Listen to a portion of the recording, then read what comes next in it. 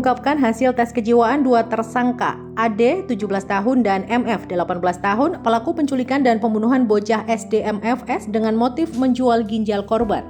Wakil Kepala Satuan Reskrim Polrestabes Makassar, Kompol Jufri Natsir menyebut hasil pemeriksaan tim dokter Polda Sulsel dan psikiater anak dari ahli Rumah Sakit Bayangkara Kejiwaan, kedua tersangka ini dinyatakan normal.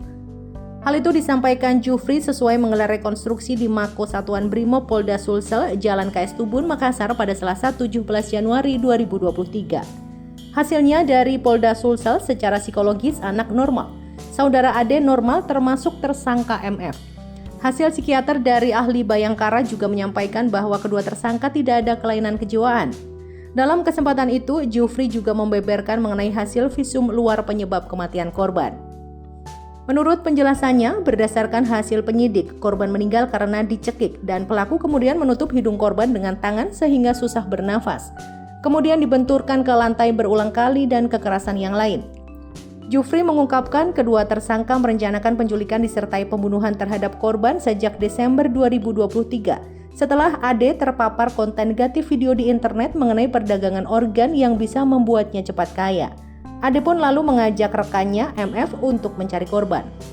Atas perbuatannya, kedua tersangka dijerat pasal 340 KUHP karena terdapat perencanaan serta subsidiar 338 KUHP dan subsidiar 170 KUHP pidana lantaran lebih dari satu orang. Khusus untuk anak ada pasal 80 Undang-Undang Nomor 23 Tahun 2022. Sebelumnya, Kapolrestabes Makassar, Kombes Budi Haryanto mengungkapkan dua remaja, AD dan MF, nekat menculik dan membunuh MFS karena tergiur keuntungan setelah melihat iklan di internet tentang penjualan organ tubuh manusia. Dari situlah mereka kemudian merencanakan penculikan terhadap korban. Modusnya, korban diajak pergi dengan diiming-imingi uang sebesar Rp50.000.